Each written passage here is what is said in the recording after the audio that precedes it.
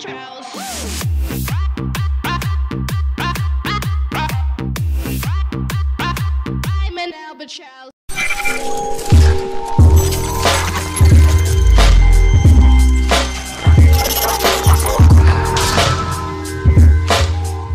is waiting for Twilight to put on her costume, and she's dressed as Star Swirl the Bearded, father of the amniomorphic spell. Wait, amniomorphic spell?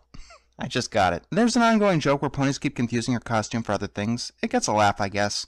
Oh, and Spike's a dragon. Some trick-or-treaters come to the door, and here we meet Pipsqueak. This is his first nightmare night ever, because he's 1 year old. Oh, and Pinkie pops up. She's dressed as a chicken, and she's trick-or-treating.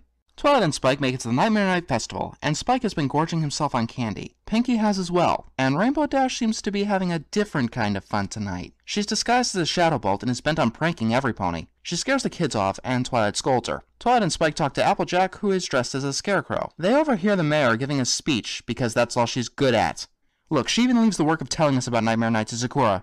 Huh, Sakura. Haven't seen her in a while. The kids place down some candy, and Princess Luna appears from the sky with some strange bat ponies. And every pony thinks that she's Nightmare Moon due to Pinkie calling it out, and Pinkie throws the town into panic. Luna herself doesn't help. In the past year, she's gotten a lot bigger, and now she speaks in a loud, booming voice. Every pony seems to be afraid of her because of those reasons, and you know, the whole nighttime forever thing.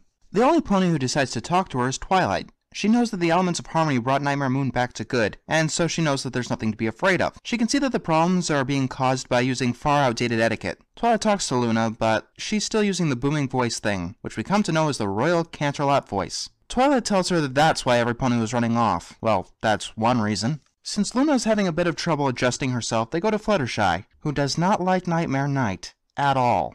So Twilight gets her out, but Fluttershy isn't able to get over her fears to help, and so she tries to run back inside. Slapstick! And for some reason that teaches Luna to talk softer. This works perfectly, until Pinkie comes by and causes another uproar. Twilight convinces Luna to ignore them, and gets her to go to the Nightmare Night Festival. They run into Applejack, who seems to be afraid of Luna. Okay, I understand Pinkie freaking out because she's Pinkie, and other reasons we'll see later. And I get Fluttershy freaking out, but why Applejack? I mean, she usually has more common sense than Twilight. And then Applejack gets over her fear for pretty much no reason whatsoever. Applejack tells Luna that the best way to become liked is to have some fun. Luna plays a game where she tries to throw some spiders on a web, which is a scene so iconic that it inspired a Flash game called Luna vs. Fun.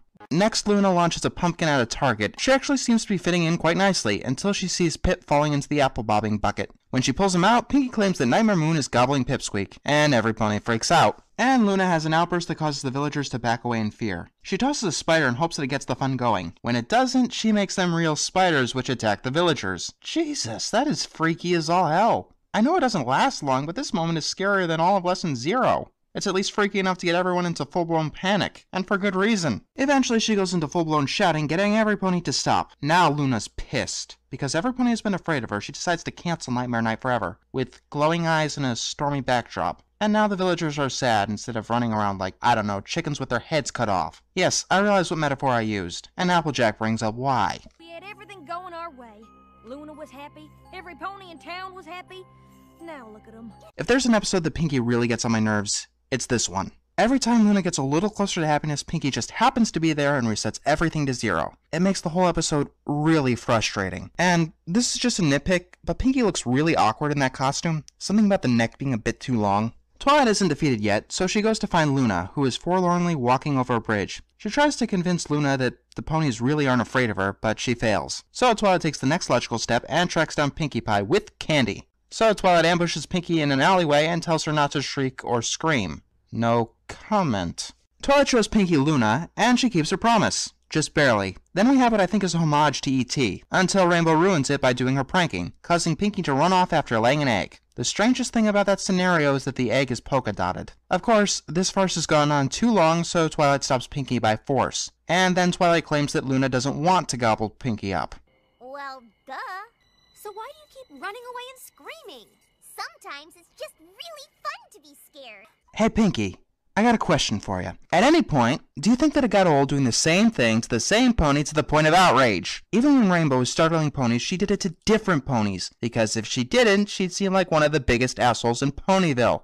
So every pony is bummed out, but Sakura convinces the pony to give up some of their candy to the Nightmare Moon statue. And Nightmare Moon appears and purposely scares the shit out of every pony. Pip comes back and tells Luna that he liked to be scared, so he wants her to come back next year. So Luna brings Nightmare Night back, and we learn that you should pass your friendships on to others. A really good moral that kinda makes up for some of the frustration. Rainbow tries to zap Twilight, but Luna gets her first, and Pinkie gets off scot-free. What are my feelings towards this episode? Mixed. I like the humor, and I really like the lesson, but there are just a bunch of things that bother me. Most notably is Pinkie Pie. I'm not going to argue whether being this juvenile was in or out of character for her, because you could really go either way, but it was just frustrating. I hate it when there's something easily preventable that just makes things go worse and worse. I mean, I'd feel better about the whole thing if she said sorry or something at the end, but she didn't. And then there's the point that he who must not be named brought it up. Why hasn't any pony been coaching Luna on how to behave in modern times? Were they just letting her act like this the whole time, going around shouting at ponies? It's as if she just became Luna again yesterday, and if that's the case, then every pony should recognize that she's Luna. Yes, sometimes it's fun to be scared, and sometimes there's just being an asshole. So, that leaves the question of what do I give this episode?